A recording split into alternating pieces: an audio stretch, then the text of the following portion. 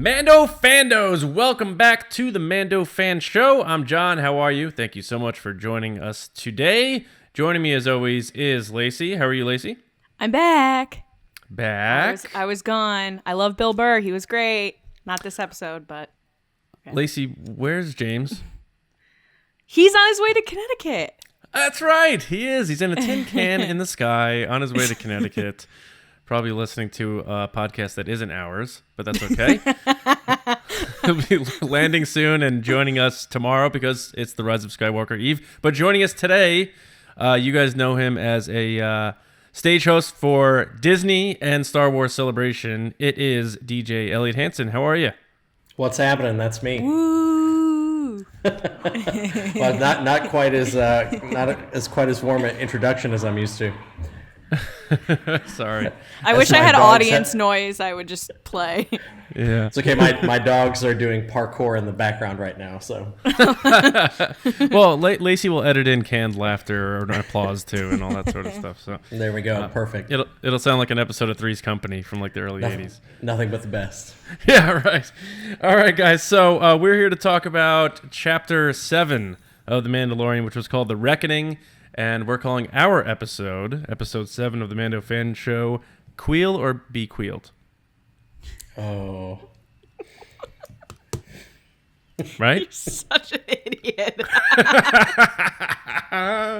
When I came up with it, I was like, Lacey's going to boo me right off the show. Like, I'm just going to disappear, yeah. So, yeah, Kuiil or Be Kuiiled. There you go. All right, so, guys, let's do a little better than that by rating the episode on the Pedro Pascal face scale. Since we're never seeing his face on the show, we're going to show it to you in a wonderful graphic here by our 0 to 10. Halves are included. Pedro Pascal face scale. So, Lacey, why don't we start with you? You are a big-time rater of these episodes of The Mandalorian. What did you give Chapter 7, The Reckoning? So really quick, Elliot, I started really high, so I've kind of messed myself up for the whole season. So this is a 9. So is this your second or third 9 at this point? Yeah, I don't know if I gave something else a 9.5. I can't remember. This is a 9, but I'm saving it because if I really love the season finale, I can go full 10. You may have given the Deborah Chow her first chapter a 9.5 or 9 or something like that. Yeah. 9. Big fans. So you're excited about the Kenobi series. We'll get into that later, though, right? Yes. Yeah, because she's directing that whole series. That's cool. Mm-hmm. All right, so 9 there. Elliot, what did you get? I guess I'm going to make the mistake and go 10. 10. Yeah, man. I don't think I've disliked any of the episodes. I think they've all been 10s for me. But wow, welcome, right. Welcome to positivity. Yes. Well, I mean, it's funny because I've had the experience now. Obviously I live in Florida, so I got a chance to experience the new attraction, the Rise of the Resistance, and that was amazing. And Mandalorian's been amazing. So I don't really care if Rise of Skywalker is great or not. I've had a bunch bonus. of amazing Star Wars. Yeah, it'll just be extra. So nice. So it's the perfect episode.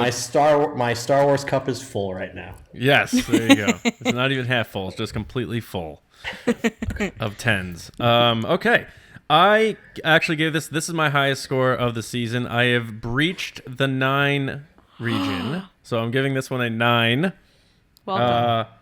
Which rounds us out to 9.7 Pedro faces. Lacey, you're filling up that whole bar, pretty much. Pretty much, yep. You're like right there. Yeah. So enjoy your 9.7 Pedros. And Lacey, we always ask our patrons on patreon.com/resistance broadcast to submit their scores, and yes. We average theirs together. So where were they at for Chapter 7? They were at a 9.6. Oh, wow. We were high for once. This is the first time this season that we were higher than them. Is it really? Mm-hmm. I love that you're a historian for the Mando Fan Show. That's You're fantastic. so welcome. Yes. So 9.6 for the patrons. That's excellent. All right. Clearly the best chapter yet with one to go. Now, remember, if you guys want to be featured on the show every time a new chapter comes out, granted, there's only one left for this season, send a tweet out using hashtag MandoFando. We'll find it and read yours on the show like we did for this person here, who is Rye at Jedi Master Rye. Clever. Very clever. Not as good as Kuiil or be Kuiiled, but, what are you going to do? So they said Chapter 7 is a solid 8 Pedro Pascal faces, in my opinion. I love the part on the ship with Tiny, a.k.a. Baby Yoda, looking out for Mando. He has Mando's back. That's well put. It's true. And he's the most adorable, angry person ever. Did he, furrow his eyes at all a little bit there, maybe? Yeah, he looked like he maybe had a little bit of... The best was when he picked him up and he was just like, what? What did I do? Right. That's like my son when he takes the remote and throws it at the TV. What did I do? All right. This next one now, if you are a patron of the Resistance broadcast, you light speed to the front and make it on the show without tweeting, just by commenting on the post on Patreon. And Jenna Thompson did that, and she was way up there. 9.5 Pedros, Baby Yoda heels, pterodactyls. The ending was amazing with Moff Gideon and all the stormtroopers coming out of the transport. I was so anxious the entire episode, and now I don't know how I'm going to go on until the 27th. I guess there's a movie coming up. I guess there is. Tomorrow. The Rise of Skywalker in theaters everywhere. All right. Guys, or you can just wake up at 4 o'clock in the morning and head on over to Disney Hollywood Studios to try to get in a boarding group. Right? There you go. Yeah. So, Elliot, we'll deviate from Mando for a second. Just have you gotten a vibe on how long the lines have been for that thing? So both times that we went, you had to get there before 5 o'clock in the morning. And they just made a change today where they've added backup boarding groups. So if you don't get in the original boarding group, there's a chance to end up in a backup. However, if you're in a backup boarding group, there's no guarantee that you'll get in. So they've been doing a lot of it from friends that work there. The issue is that they're still trying to get the ride vehicle count up throughout the day to try to run as many vehicles as possible. But it sounds like they've been running the vehicles in California and then sending software updates to Florida. So both rides are working together to try to get that capacity up. Wow. And once they're fully at capacity, it will have the same ride capacity as the Smuggler's Run. So you shouldn't see super long waits. But Who knows what they're going to do. But it's also new. Yeah, you got to get there early. It is an amazing attraction. It's like 3 rides in one. It's pretty darn crazy. So, does the length of I know this is a Mandalorian show, but I'm excited about this ride. Does the length of the ride cause a longer line because because there's a certain amount of cars they have or something, or did they figure that out too? No, so spoiler alert, if you don't want to know, now would be the time to not pay attention. Just skip ahead. It's you wait in line, you get on a ride, you wait in line, you get on a ride, there's a ride within the ride, and then it's over. So though it is an 18 to 25 minute experience, a good portion of that is waiting in line to get on the first ride and then waiting in line to get on the second ride. With cool things to look at, I assume? Yes. So, yeah. Okay. Yeah. All right, cool. That's kind of like the Falcon one. You get to wait in where the Dejarik game is and that sort of thing.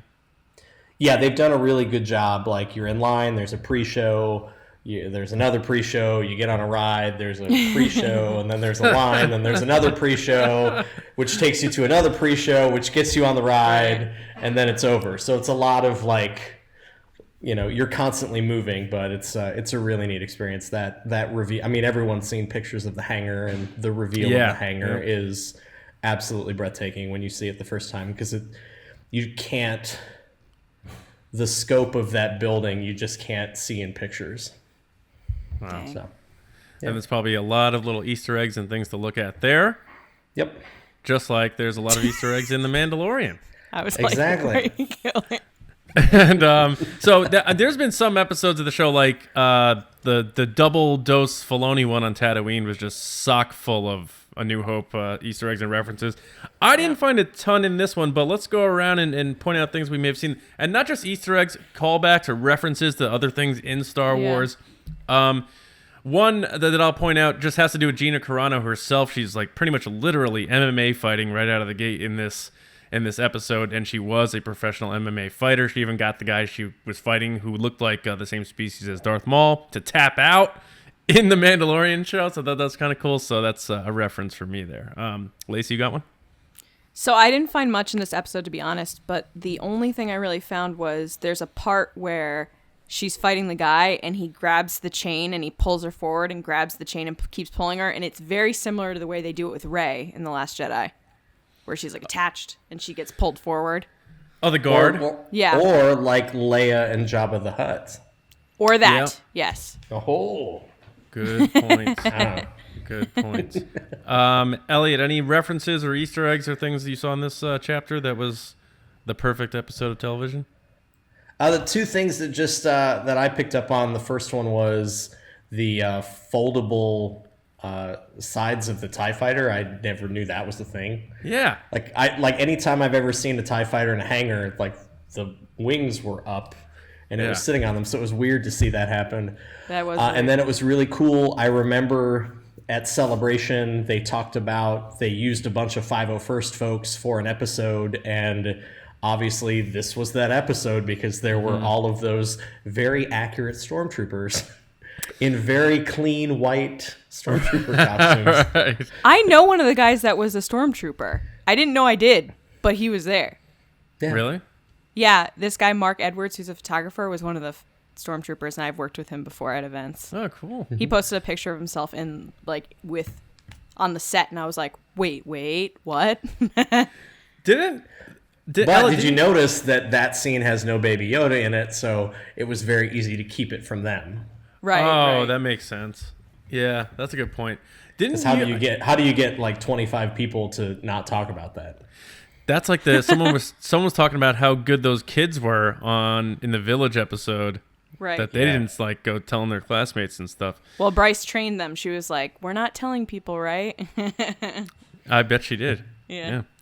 Ellie, it might have been you who told us that Filoni or somebody said that the 501st costumes were actually better than the ones that they had stock for the actual set itself, like the 501st. I think that's that sounds like something Filoni said when they were in at Celebration.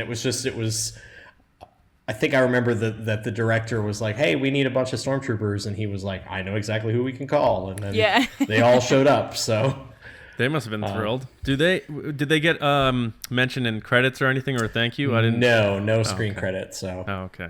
Well, they don't get their. They're there in spirit. No royalties for the 501st. Just nerd bragging rights. Hey man, you get to be in an episode of Star Wars. There you go. Trust me, I would play a doormat if I could in Star Wars. So that's fine with me. Speaking of that scene though, there was definitely a really funny part where they're like, she's like kept going 4, and then they keep showing up like more and more views. Like I laughed at that part. She's like 4. You said there were 4. Right. It's like the amount of stormtroopers they add to the special edition of A New Hope when Han runs down the hallway, and there's just like 500 stormtroopers in the room. And there probably was 4 originally. Who knows? But another one, a small thing that I saw, because I really didn't see much else. Maybe I'm missing some, and let us know in the comments if we missed some. But the comm link that Kuiil has reminds me of the one that 3PO has in A New Hope when he's talking to Luke, who's about to get crushed up in the trash compactor. But. Yeah, and that scene is very similar. The way that Mando's like, "Are you there? Are you listening?" Yeah, that's true. Yeah, come in. Yeah. I just want to know where all the stormtroopers came from. Like, did the Empire get defeated? Like, where did they find all these stormtroopers all of a sudden? And Death Troopers. Like, where did they all come from? Yeah. And you're right. Why were they so clean? Like, these are fresh suits. Yeah. And why is Gus Fring in every sci-fi TV show? What's the new one you said off air that he's going to be in? He's going to be in The Boys season 2. Like, he's in everything. Is he a bad guy in that too? Does he play anything else? Yeah, I don't know. I guess not. Yeah. Could think good about point. it. Lacey, do you have any others? No, that was it. I mean, this one was... I had so much anxiety. I feel like I missed any references or Easter eggs. I was just so anxious. Yeah. Elliot, anything else? I mean, I have my favorite part. Okay, we can get to that in a second. One thing I didn't know there was a format to this. So well, we try to keep it we try to keep it loosey goosey, but I try to hide that I do have a little format to it. And then he also has a ride segment that he talks about the ride within the episode. Got it. Okay, cool. Well, instead of the ride, it's the giveaway. It's the Mando code. I got to do too. All right, got it. But one thing I thought I found a little that I disagreed with. I guess we can talk about it in the discussion, but I didn't like how Kuiil was like, droids are just an extension of whoever programs them, because I'm like, well, I don't see 3PO or R2 like that. They're like sentient to me, so that kind of bothered me. But anyway. Can't wait to tell you what my favorite scene was. Wait, you didn't say that was your favorite scene. Yes, she did. Did you? All right. All right, hang on. Glad we have this format that we're locked All right, down Lacey, with. why don't we start with our favorite shots? Yeah, of the Lacey, why don't episode. you tell us what your favorite scene was? Yeah, So, your favorite guys- shot. Yes. My favorite scene, first of all, the shot is the beautiful shot of, I'm going to mess up his name. I always mess up his, it's Kuiil, right? Kuiil? Like a Q? Jordan Kuiil. Nick He's the Nolte. director of Us and Get Out. Kuiil. Yeah. Kuiil and Mando outside. He's like feeding the blurg, and Mando comes up, and it's this beautiful wide shot, two shot with the sunset in the background. It's just so beautiful. And then, but I enjoy how he tells Mando that droids are not good or bad. They're neutral reflections of those who imprint them. I enjoyed that. I thought that. Okay. I understand what you're saying, John, because then it like kind of downplays 3PO and R2's personalities. I get that. But I liked the idea of it being about they don't know how to be bad unless they're given the example to or programmed to, which then we see reflected in the next scene with Baby Yoda. Yeah. Or Tiny, as we call him, Elliot. We call him, this is not Yoda. We call him Tiny. Tiny. He's not Acronym. Yoda. Yeah. Because then he does stuff in the next scene, which he's kind of picked up from being around these like ruthless people all the time. So that's why I liked it. All right. That's fair. Hey, you know what? People are allowed to disagree in Star Wars, believe it or not. Yeah. That's a Perfect thing. segue. Perfect Yes. segue. All right. Elliot, did you have a favorite shot or moment in this chapter? Oh, my favorite moment is Tiny flying the ship. Like, look at me, Dad. I love That's true. Tiny memes are basically kept my marriage alive while I was in California filming a bunch of stuff last month, and all we did was send them back and forth. So it was Nice. I love watching my wife's face. It just cracked me up because, in my head I hear, "Mommy, wow, I'm a big kid now." Yeah. And the noises Like he this- makes too, he's like, ah. And then they put him back in the carrier, and he's still pushing buttons. So Right, I right. love it. It's great. Yeah, the a couple episodes ago where he does that thing where he keeps flipping the switches and then he looks to Mando to make sure see if he's watching him. Is like my son does that all the time. Like when he's Oh, the meme of that with freaking "Get Low" is my favorite one. Yeah. My favorite. That's the best insert of music since they did the throne room with The Last Jedi with all the songs.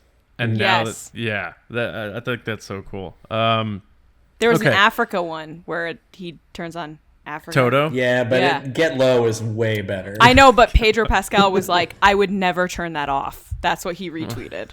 Oh, So Was it retweeted by John Wayne's grandson? no. because he's the one in every episode. He's the one in the suit. Yeah. Now does he gets he's credited, right? As stunts Yes, or yeah. All right. My favorite moment, I don't know. This is tough, but because I hate to say that I keep going back to Tiny, little Yoda here, but I think when Kuiil is like getting close to the Razor Crest and you see the troopers behind him in the distance and he's just cradling him in the little blue blanket. So there's something about that shot. I was so concerned that it stuck out in my head. And I don't know if it's that it's my favorite shot in a good way, but I think it was so impactful that it stuck out to me. So I'll have to go with that one. Right before you see him by himself on the ground and you're like, oh my God, you know? So much dread there, but a good shot. All right, so before we get into just a general chat about it, I do have to give this week's Mando code number. Now, if you guys have been following along, we're giving away one number every week. And then next week, on the 27th, we'll give away the 6th and final number. And you'll have all 6 numbers in the Mando code, which aren't in a particular order. You're going to have to figure out what order it needs to be put in and email us at resistancebroadcast@gmail.com. So stay tuned next week for that.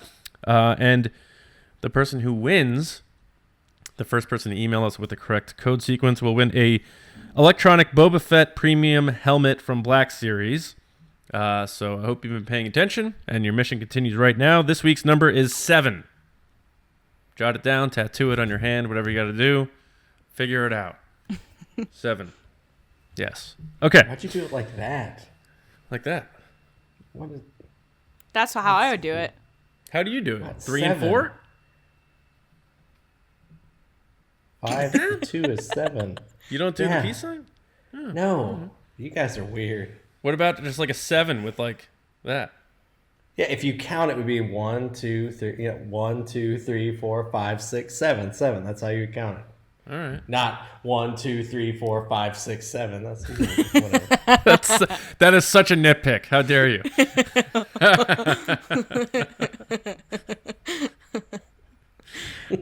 That's just for the visual audience there. Allie was doing hand tricks, and our audio listeners have no idea what just happened there. So you have to watch on YouTube to find out. Okay, now, just the episode itself. Elliot gave this thing a 10. I gave it a 9. Lacey gave it a 9. Patrons gave it a 9.6.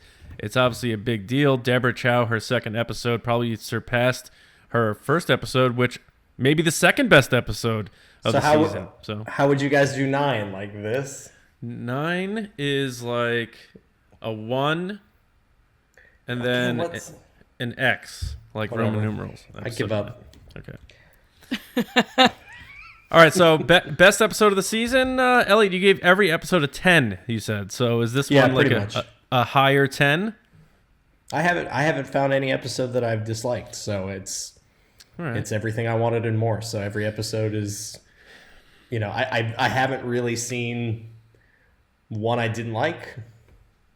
They all keep propelling the story forward, and I'm in. The only thing that was weird about this episode is there was no conclusion, and that thanks to the Wednesday release date, we have to wait even longer. Right. True. 10 days. We'll have to get through Christmas, get through all that. And I still, but then again, I'm a big believer they should have just released all of them at the same time. But really? Oh, I'm weird like that. Yeah. No. I would have knocked it out one weekend. Absolutely, the way it should be. Stranger Things style. Are they making more Stranger Things, or are they done? They got one more season. One more? That's cool. Yeah. All right. So, hey, but they're doing more Walking Dead too. Oh God, I stopped after 4 seasons of that show. You still watch that show? No. Oh, I don't know anybody that watches The Walking Dead anymore. You know what honestly. I do watch? Mandalorian. Yeah. All right. So, Lacey, this is my favorite episode. Why? Because it's the group dynamic. You have people coming together and working together and that sort of thing. Kuiil meets Cara Dune, and then IG-11's a butler now, which is interesting. And Mando, his interactions with each of them kind of surfaces and how he relates to each one and tries to put it all together. And then the new antagonists get entered into the mix. And, of course, my favorite, Werner Herzog, back for a bit here. So this was hands down my favorite episode. I'm not a big, like you, Lacey, you point out director styles and stuff. I'm trying to get better at that. And I'll say this episode made me feel in certain moments, like especially towards the end, when it goes back from one group to the next in different spots and pans back and forth, like a Christopher Nolan scene that like your heart's in your like throat because you're like, oh no, go back to him. I got to see what he's doing instead of like leaving. That drives me nuts. And she obviously did it on purpose. So I want to hear your thoughts on Deborah Chow. I know you're already a big fan, but in this episode in particular. Well, she did this with episode 3 too. She's really good at building tension with framing. So she'll start like wide and then get closer and closer and closer and closer to the point that, you're looking at him with the baby on the blurg wide, and then they get closer and then they get closer, and then you're just looking at the baby and you're like, oh my God, what's happening? That's the best pace. This episode, I think, had the best pacing for me because it built the tension in a way that I was so anxious, and then it just ends and you're like, wait, no, what just happened? Right. No, she's just very good. She follows the action very well. I didn't feel like there was any shot that was weird or out of place. She's just very good at what she does. And it just makes me so excited for Kenobi because I know she's just going to do an amazing job. Yeah, she's on board to direct all 6 episodes, which is going to be great for visual continuity and that sort of thing. Right, because the 2 best episodes have been hers. I agree. Yeah. Yeah. Elliot, thoughts overall on this episode in particular? I would love to tell you that I could tell the difference. They all feel like they're connected. They all seem shot the same. Like I'm not, I don't have any real, film school background, but I've just, See, but that's really a good thing though, that you're not noticing. That's a great thing. That's on purpose. It all seems the same. The most amazing thing about it is there was one moment a couple episodes ago where we had read somebody was complaining about something online about something, and I was like, I think people forget that these aren't movies. This is a TV show. It's a television show. This isn't, but some of the stuff you look at, like even in this episode, that shot of the TIE fighter, this is a TV show. I know, and that thing folds down. Yeah. That's so a good like, point. At the end of the day, and it's funny to know like the spots in LA they've been filming, and I know that got friends that are working on the 2nd season right now, and things that they're doing, and it's just always amazing to me that this is a TV show. I mean, look at the Tatooine scenes, last week, Yeah. Right. TV show. Yeah, so true.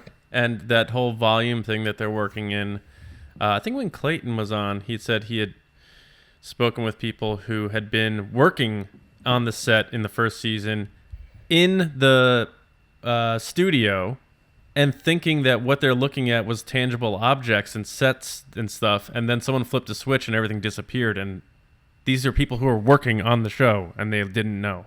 Like, that's insane to me. Like rocks and stuff were just gone. Yeah. Like they thought they were set pieces and they're in the room looking at it, not like here's a video feed. Right. Like that's insane to me. So what they're able to do with that technology, like you say, they're making TV shows look like movies now. And it's just nuts. I think this show has been a perfect blend between pushing technology and then also the practical stuff, which we all love Star Wars for. Like from the ship model stuff to puppets and other things. Like for sure. The reason people, I feel like, besides that it's super cute, connect with Baby Yoda so much is because it's that cute little puppet. Like everybody likes that idea of it being a tangible thing and not just sheet like. And the irony is you can tell it's a puppet on a TV budget because if you really go back and look at it, he doesn't really move a lot. No, he doesn't. Yeah. When they pick him up, it's always so awkward when they pick it up. They're like, he does like 6 or 7 facial movements, and that's about it. But but it's in the true, Disney animators always talk about the most important part of any character is the eyes, and that's the one thing because of the size of the eyes and how expressive they are. It's CG, yeah. That's it. You're in. You're hooked. It's funny because last week when we had Nick from Bayside on as our guest, he brought up a good point that there's an awkwardness when they're using the puppet for picking him up because it's very light, and they're just like they don't know how to fake the weight, and when he falls down, it's just like a flat like bang. Just not like a live thing would fall, and then they add the CGI where he rolls over, and it made me think of like, do you guys remember like Fresh Prince of Bel-Air when anytime they would like throw Will or somebody would throw him, they would obviously use a full mannequin and it would just like fall on the ground. Like that's how I feel like when you see Baby Yoda just fall on the ground. So I think maybe it's done to be kind of campy in a way. Like, I mean, like we said, Clint Eastwood used a fake baby in American Sniper, and that was for award contention. So what the heck? But yeah, I mean, so Elliot, in terms of your boy Moff Gideon, our new bad guy, who's also in every TV show ever. What do you think about this guy's introduction? I mean, there's not really a whole lot to know now. You're kind of stuck in a situation where, you know, I guess we're gonna find out what's going on in the next episode. Yeah, yeah. Your dogs love it. That's good. I know they're not a fan of him. You just mentioned his name and they're like, nope, we're out. Yeah, he's out. No more TV shows for that guy, please. No more. Lacey, obviously, spoiler alert, Werner Herzog is likely no more. Yes. Yes. What's with everyone in Star Wars now getting shot right through like the chest? I know, they don't even, it's just gone. Is that because they don't want to show someone like getting hit in the face? Is it a TV-14 thing? Because they don't have to show blood if it's in the chest. Yeah, I guess so. The moment you show blood, 100% why. Yeah. It goes up. You never see any blood on the helmets of the stormtroopers that are, right. You know, clearly. The only blood we've ever seen is the Finn blood. The Finn, yeah, Finn's hand on the guy, yeah. And that was almost a cartoon red. Right. Yeah. Right. So who shot him? It was one of the stormtroopers or Those Death are Troopers? From the outside, yeah. So it wasn't Mando. No. Because when I first saw it, I was like, I don't think he did it. No, they shot from the outside. And then you see the opening of the movie. Okay, so I just want to make sure. Maybe that was obvious, but to me at first, I'm not sure. So let us know in the comments if you were thrown by that, because I was a little bit. And my only gripe with this episode, and I love him, is Carl Weathers' dialogue honestly sounds like he's reading it off a cue card, like doing an SNL skit. Oh, no. I didn't realize that. Especially during the communication one at the beginning, which feels like it's the beginning entrance video of a video game level. Like, yes, okay, I know Mando, now you gotta go do the thing, and it just feels like he's on SNL reading a cue card to me. I don't know if it might be some of the inflection that he's using, where he's just like, yeah, could be. I don't know. I still love Carl Weathers, so I'll let it slide. But I was happy to see him back in the mix there, and he looks good for his age. He does look great. And I actually loved the scene where he gets healed, because you see that moment where he's like, okay, I'm going to be honest, I was going to kill you, and now I can't. Right. Like, it's like that. I'm trying to think of a good example of a movie, but it's like every time someone comes in contact with Baby Yoda, they immediately are like, okay, I'm on team Baby Yoda. Like, let's do this. Let's protect this thing. Yeah. He was going to, but the fact that he was going to screw over Mandalorian twice, and Mandalorian, like, bought the bait, in a sense, bothers me, because I thought Mando was supposed to be kind of like clever, like a Clint Eastwood type of guy. I don't think so, though, because multiple times throughout the season we've seen him make big mistakes. I know, like they lead you on that, you know, there's episodes like the Bill Burr one where he's like killing everybody, right? Mm-hmm. But then there's well, obviously he didn't kill anybody, he threw them in a cell, but right. But then there are other episodes like the Mudhorn where he did everything wrong. True. I think he's just desperate to get into a place where he doesn't have to worry about this kid, that he's willing to take the chance to be wrong. And that, perhaps. Yeah, that's a good point. Yeah, I don't know. He's a little, I don't know, more vulnerable than I expected him to just be. I would say wreck house character. Like I thought he was gonna be like the Punisher or something, but John Wick. Yeah, like John Wick. Yeah. But he's, I don't know, maybe it's to get us to empathize with him more, I guess, you know, humanize him, especially since we're not able to see his face. I think also it's showing you that the kid is changing him. Like in the beginning, he didn't care if someone was cold or warm or whatever. He's just going to kill you and bring you in. Now he's making mistakes due to his allegiance and loyalty to this kid, that he's now like, this is mine. This is my family type thing. So what do you guys think about the force healing thing? Because that's new. I'm interested because, you know, the Nick Nolte says, I've heard about this. They never say Force. I was waiting for them to say it, and they don't say it. That's Him and Mando both seem foreign to the Force. Right. In the Mudhorn, what was it called? Mudhorn? Mudhorn, yeah. Mudhorn. The Mudhorn episode. They were like, yeah, we've heard of that, but I can't believe what I just saw, sort of thing. Kind of like Han Solo early on in his... But they never say it. No one's saying it. No, but the rock star in all of those moments right there is my man Ludwig with the music, because without the music in those scenes, I mean, my favorite part of the show has been the music. Because that's been controversial, so I want to hear your thoughts on this. Dude, you've got a dude in a helmet that you can't see any facial expression. So the only way to get tension is through camera shots and through music. Mm-hmm. You know, watch the scenes without the music. Star Wars has always been about music. I mean, think how lame that scene in Force Awakens would be between the interrogation scene where, you know, he's just waving his hand in front of Rey. Like, without music and sound effects, it's just this. Or them in the snow as she grabs the lightsaber, them just standing there. Yeah. Like, she grabs it and just standing there, and then he's looking at her, and she's looking at, like, just silence. Yeah. Yeah. No, that's absolutely true. I have to say the music, though, came around for me, because in the beginning, I did like the music, but there were moments that I was like, I don't know, this doesn't click right to me. Mm-hmm. But now I've realized that as the season's gone on, the music has changed slightly, where in the beginning it was very dirty, gritty tech type music. It's gone more into Heroes type theme towards the end of the series. Like, today's episode was very, like, heroic, like, we're going on an adventure. Whereas the first episode, I didn't feel that. I felt like it was, like, very, like, dark underworld. And I feel like that's Ludwig changing the music because the Mando is changing as a person. Mm-hmm. And I caught on with this episode specifically. I was like, oh, they're starting right with the heroic music from the beginning. I thought they were going to... I thought he was going to maybe sprinkle or reference the Force theme there when he was healing him. I was, like, expecting to hear it, like, just at least allude to it or something, but I don't think he did. Right. Yeah, I don't think he did.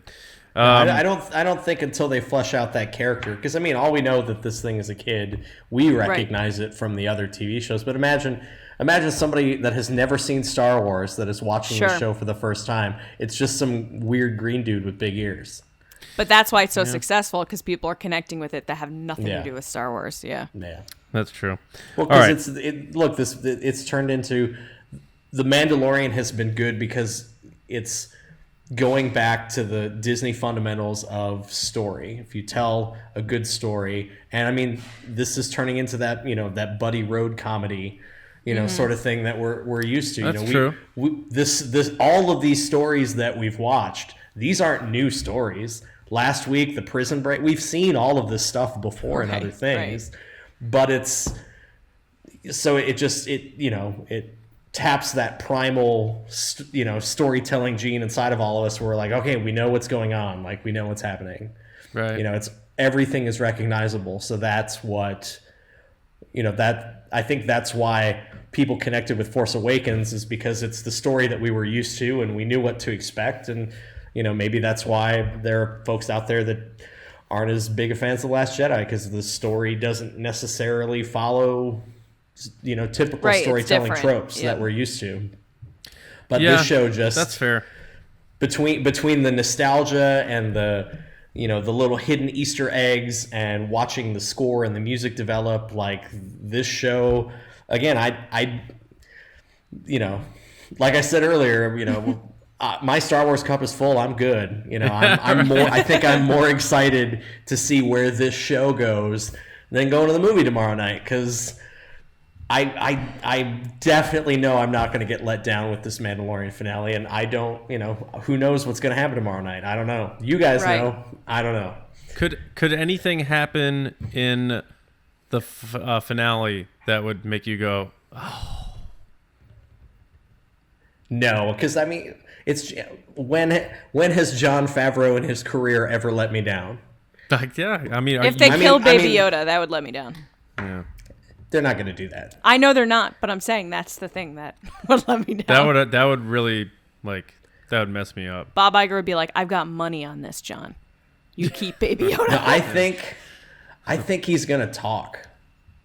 That would be great. I think they're saving that for the last episode. Yeah. He's gonna say something, and it's probably Mando. He's going to say Mando? Yeah, because they keep that's the one word that they keep referring to him as the entire time. Right. You know, I do know that, you know, they're definitely setting up the fact that the Mando is eventually going to have a sidekick that's a droid. It has to happen, because there's no reason this entire season they're going to keep bringing up the fact that he hates droids unless they're going to stick him with a droid next season. And is it good? Maybe it's IG-11. I think it is, because they set it up with IG-11 being protective, and now that Kuiil is what we see is he's dead. I think he's gonna go into town and just wreck everybody, because he's like, "You killed my owner." Lacey, speaking of which, I was like, "Oh, I see the ending of this episode happening," and I thought it was gonna be IG-11 mows down both those troopers. Kuiil gets on the ship and takes off, and it ends with them like. Yeah, and it didn't happen. I think. And what's the deal? Is he? You think he's dead? I think he's dead, and this is normal storytelling. Like, this is a story we've seen before. Like, this is why he's dead, because they show his face. This is where I differed with Ming-Na Wen's character. They don't show her face, therefore you don't know if she's dead, because they have him facing the camera, like Snoke is facing the camera. He's dead. Okay. And it helps move the story forward. Yes, and IG-11 is now... Yeah, there's all these pieces. Yep. And because there's no reason to have all that IG-11 stuff, that whole 5-minute interlude. Why he's protective, yeah. Exactly. There's no reason to have that if there's no payoff. So Kuiil, he's going to stick around, I think. I think your droid sidekick is going to be IG-11. So that's Kuiil's gift, like lasting gift, as I set this up for you. Okay. Yeah. I mean, I like that character, though, that old, wise little... down to earth. Of course, but he has to die because it has to drive Mando. He's got to have that Uncle Ben moment where someone dies and he has to drive the character forward. I was surprised he came back, because he fulfilled his story arc in that beginning episode. Like, the fact that he showed up again, I was like, okay, like, there's only 12 people in the universe. Yeah. No, IG-11, yeah. And then I'm like, oh, Elliot, it's a TV show. Like, I also liked how much he cared about his blurgs when they were trying to pick them up. He's like, get off her. Yeah, the blurgs. He's such a nice guy, Kuiil. Poor guy. But that's what I'm saying. Like Spider-Man, Uncle Ben had to die for Spider-Man to really take on the role as a hero. He had to die. Right. And that's what we all know, like Elliot said, so they're going to show you it. So you go, no, not Kuiil. And Uncle Owen had to die in Star Wars in order for Luke to say, I'm going to go with you and learn the ways of the Force. That's true. I just really like Spider-Man. Listen, Lacey, we have a... So let's talk about this show, The Mandalorian. Yeah, right, exactly, yeah. All right, so we have a tweet. I'm not the only one that takes us off track. Way off track, Spider-Man style. Rez at Real Rez Lou Dub. With great responsibility. Jeez. That quote, like, where? That quote, the guy whose tweet I'm reading is like, just read my tweet. That quote is used everywhere now. The great power responsibility. It's in car commercials. Yeah, they use it too much. Yeah. The legacy of Tobey Maguire's Spider-Man movie. Stan Lee's like, no. Yeah, I wonder if you think it's on his tombstone, maybe. No. Oh, I don't know. I think it just says Stan Lee.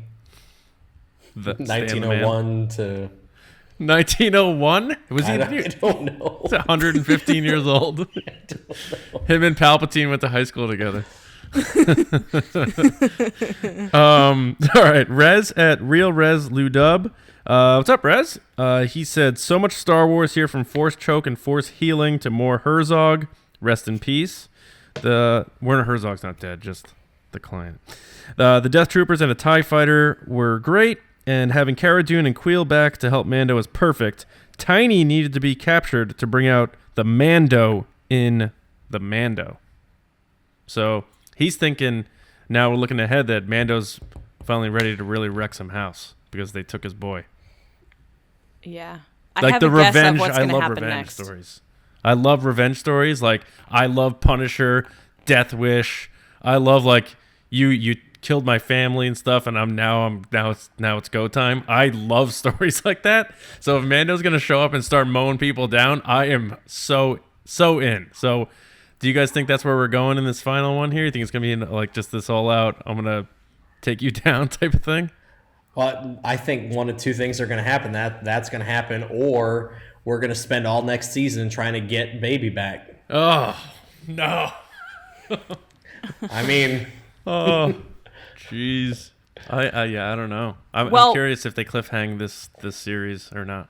I hope not, but there is one shot we haven't seen yet that's been in the trailers, and it includes Giancarlo Esposito in The Mandalorian, and it's when he's flying the TIE fighter, and he flies up and pulls in his, like, Batman Gatling gun, and then slams onto the top of the TIE fighter. I could see that being what Elliot said, where he takes Baby Yoda, and he gets a jetpack, like he says in the beginning of the series, saying, I need to get one of those. He gets a jetpack, flies up there, tries to get him. Oh, yeah. Yes. What did you see? Did you see a shot of him with the jetpack? All together. Right. They don't show the jetpack because he's kind of far away, but he uses his little like rope thing to snap to it. Do any so of he his has to action get up figures? there. Any action figures come with the jetpack that we saw? You know, toys always leak stuff. The Mandalorian doesn't come with a jetpack, but all the other, like the big infantry guy does. But does his back Look, have the slots that you can fit it one in? Hey man, in true Favreau fashion, he's not gonna say I want one of those if it's not gonna show up. That's what I'm saying. He said it specifically. Yeah, you're right. It's like the cheeseburgers line at the end of Endgame. Like they waited 13 years to throw that reference in there. Cheeseburger line. That made me very emotional. I'm not gonna lie. I know you said that. I wasn't a big Endgame fan, but that part where the kid's like, I want cheeseburgers, and he's like, your dad like cheeseburgers too? My God. But you know what I am a fan of? Mandalorian. The Mandalorian. All right, so why don't we do our little final guesses here as how we think the series, the season. I just did that. No. Final like end of the season. Is it going to be a cliffhanger, or are we going to get a finality and then pick up, down the road type of thing? I'm gonna let Elliot go first because he already has a really good theory, and I think you should just say it again. Okay. Yeah, no, I don't think you're gonna get Tiny back. I think the whole next season is still trying to get him. So you really think that? All right. Jeez. It's one of two things: either they wrap it all up neatly with a bow, or we chase after Tiny for a whole season. Which would explain how they're already doing season 2. They were already like ready to go. Yeah. Dude, they're 4 episodes in already. They're halfway through shooting. And they're doing 8 again? Who knows?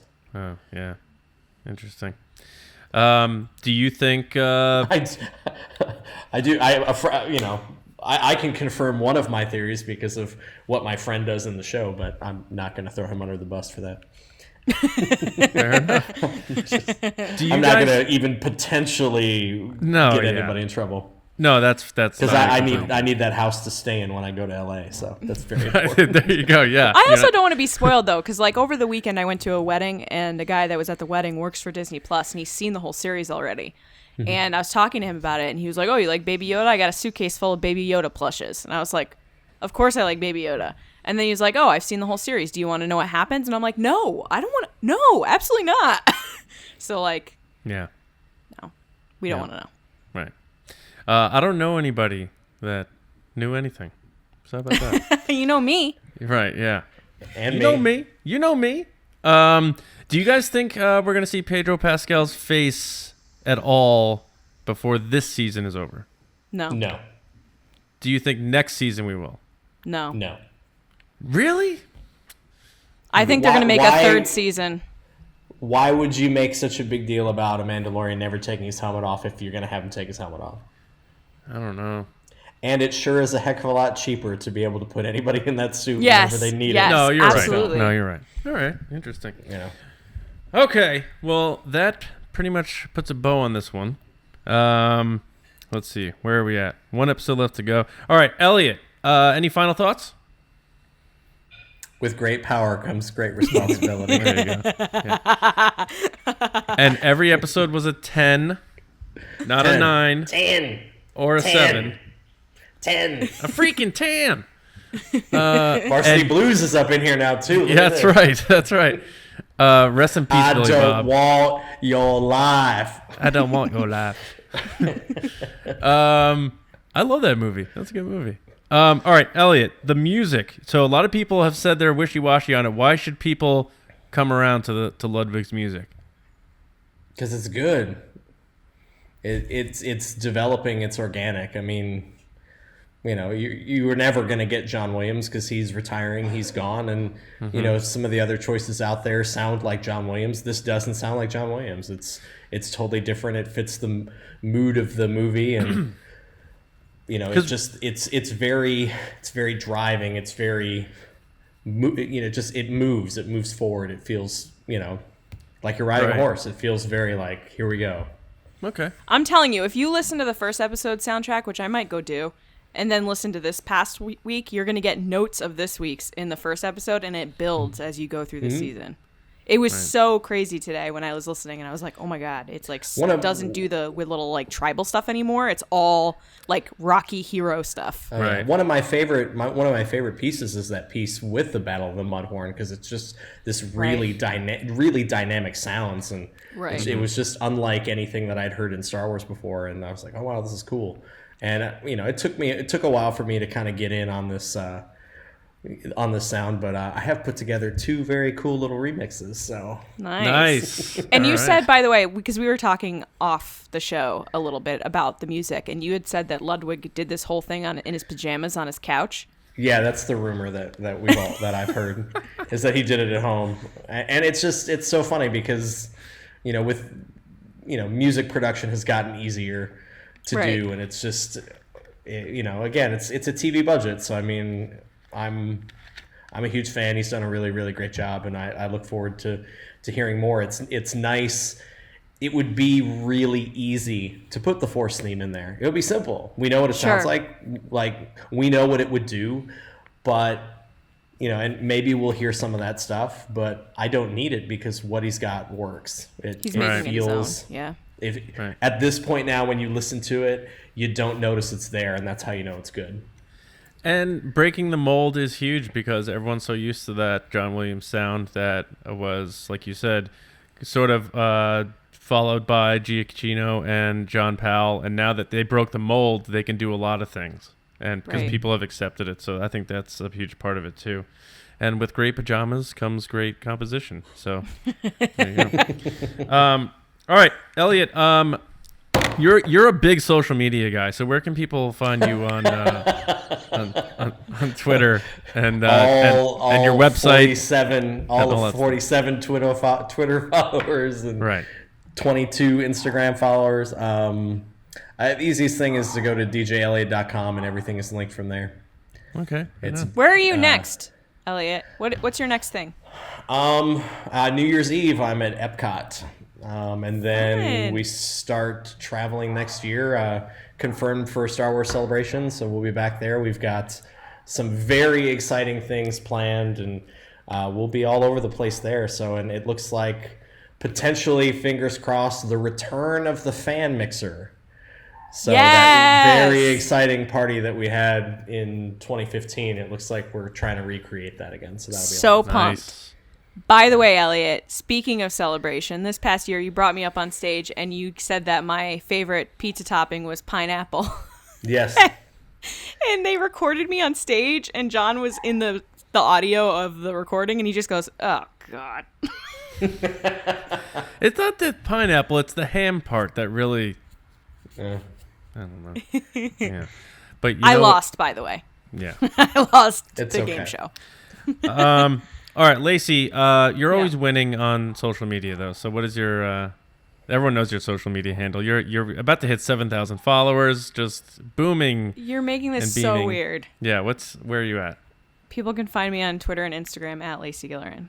And Cool. I just put up a bunch of videos and photos from the premiere, including stuff of John.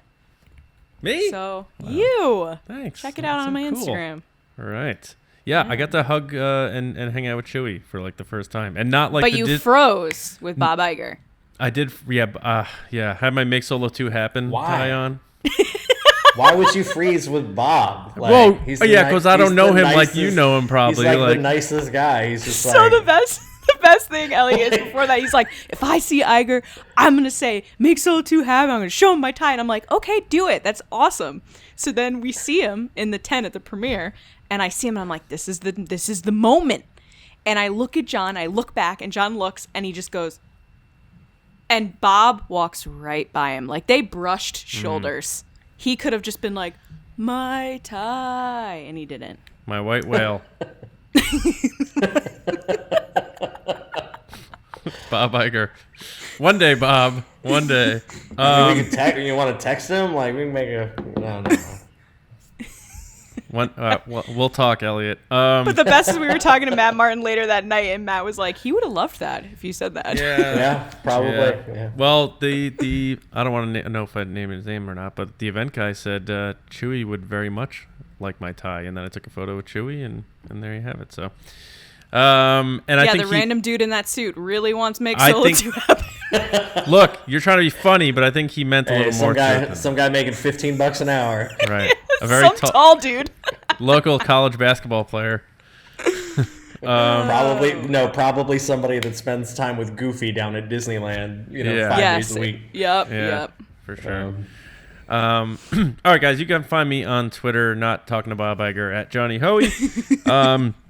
Thanks to Star Wars Newsnet. Go to StarWarsNewsNet.com every day for your Star Wars news, reviews, editorials, information, and more. You can see me, Lacey, and James on the Resistance broadcast every Monday and Thursday on our YouTube channel, and also Apple Podcasts, SoundCloud, Spotify, all those things. So subscribe wherever. I want to thank our patrons. We're coming towards the end of the year. It's been a great year. The reason why this show exists is because you guys support us. It takes a lot of time and effort. Lacey's about to go hammer out the edit on this thing and get it up for you guys. So patreon.com/Resistance Broadcast. Thank you all for your support, especially our generals, Carmelo, Brian Shalito, Andrew Staley, Neil Lowry, Jeremy Myers, Neil Shaw, David Probus, John Reese, J.G. Carr, Seth Kine, Micah Harrison, and Val Trichkoff.